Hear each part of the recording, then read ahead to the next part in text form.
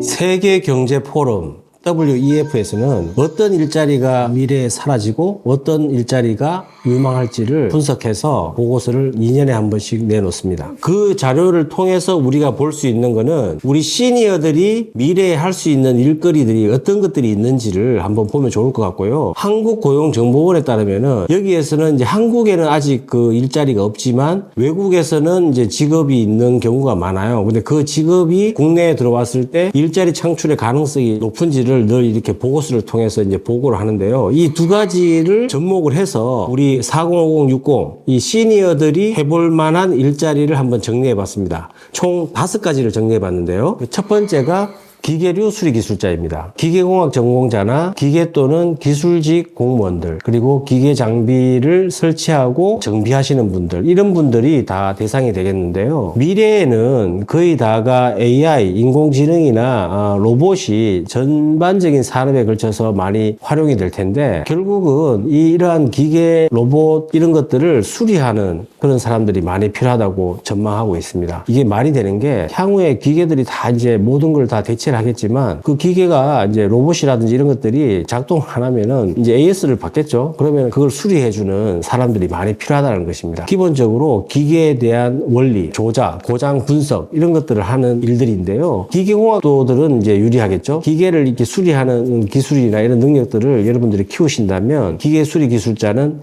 향후에 굉장히 전망이 있는 직업이라고 볼 수 있습니다. 두 번째는 건강기능식품 상담사입니다. 이 말이 되는 것 같아요. 100세 시대에 반드시 필요한 직업인 것 같습니다. 식약처의 자료에 따르면은 만 19세 이상 1,500명 대상으로 건강기능식품에 대한 설문조사를 했는데요. 거의 68%가 건강기능식품을 먹고 있대요. 그런데 대부분 다가 건강기능식품이 본인하고 맞는지 이게 정확한 정보에 의해서 먹는 게 아니라 미디어를 통해서 끊임없이 쏟아지는 이런 광고를 통해서 건강기능식품을 먹게 되는 경우가 많습니다. 근데 이거는 잘못된 거라고 볼 수 있는 거죠. 그래서 이 건강기능식품 상담사가 잘못된 오남용을 막아주고 불필요한 것들을 정리해주는, 그리고 개인의 맞춤형 건강기능식품에 대한 상담을 해준다면 이 직업이 굉장히 전망이 밝다 이렇게 볼 수 있을 것 같습니다. 세 번째는 집합건물관리사입니다. 건물이 예전에는 단순했다면 점점점 세분화, 복합화, 스마트화, 대형화가 되는 게 이제 추세거든요. 거기에 맞춰서 정부에서는 좀 더 체계적인 시설 관리와 건물 위생 관리를 법제화를 하고 있습니다. 그래서 이 법제화에 맞게끔 집합 건물들을 예를 들어서 주상복합이나 상가나 오피스텔이나 지식산업센터 이런 여러 가지 어떤 다양한 건물들이 있잖아요. 이 건물들에 맞는 시설 관리와 건물 위생 관리를 전문적으로 하는 사람들이 필요로 하다는 것이죠. 그래서 예전에는 그냥 시설 관리나 건물 관리를 하는 업체들을 통해서 했지만은 이제 전문적인 자격들을 두면서 일자리도 만들어내고 전문화시켜서 자격증을 가진 사람들만 건물 관리를 할 수 있는 일종의, 요즘에 보면은 뭐 주택관리사 있잖아요. 주택관리사 같은 그런 거지만 이거는 집합 건물들을 전문으로 관리하는 사람들이다 이렇게 볼 수 있거든요. 이런 자격증들이 주어지면은 한번 준비하셔서 미래의 일자리를 한번 도전해 볼 수 있는 유망한 직업이다 이렇게 볼 수 있습니다.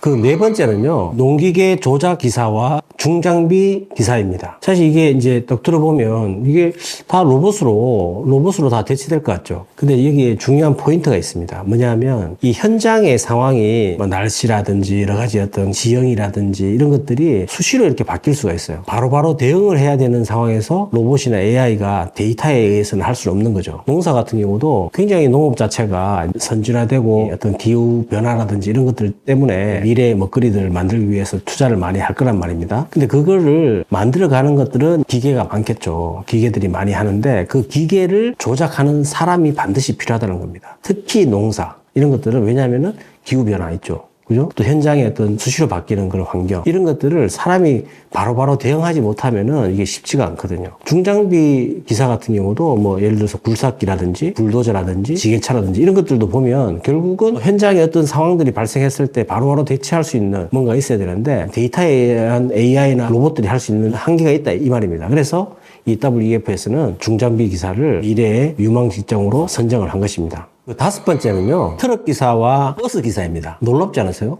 사실 요즘 자율주행 기술이 발전하면서 트럭하고 뭐 버스 이런 주행 차량들은 거의 다 AI로 다 바뀔 것 같은 생각이 드는데 WEF에서는 사람의 어떤 상호작용과 감수성 이런 부분에 대해서는 반드시 사람이 필요하다는 것입니다. 예를 들어서 버스 같은 경우는 특히 이제 관광버스 있잖아요. 우리가 이제 관광버스 이제 막 이렇게 춤추며 노래하며 가는데 로봇이 운전한다고 해보세요. 그게 뭐가 재밌겠어요? 거기서 이제 공짝공짝도 맞춰주고 뭐 그렇게 해야지 되는데 사실 이 사람의 어떤 상호작용과 이 감수성을 터치해 줄 수 있는 것은 반드시 이제 사람이 필요하다 이렇게 말씀을 드리고요. 트럭 같은 경우도 엄청나게 많은 물류, 유통 이런 부분에 대해서 대부분 다가 AI 기반으로 움직이겠지만 이 유통이나 물류에 대해서 점점 산업화가 고도화되면 될수록 사람은 최대한 빨리 갈 수 있고 유통이나 물류 쪽은요 규모의 경제거든요. 택배비도 예전에는 막 택배기사가 엄청 많이 받았는데 그게 이제 막 사람이 많아지니까 계속 단가가 낮아지듯이 이 결국은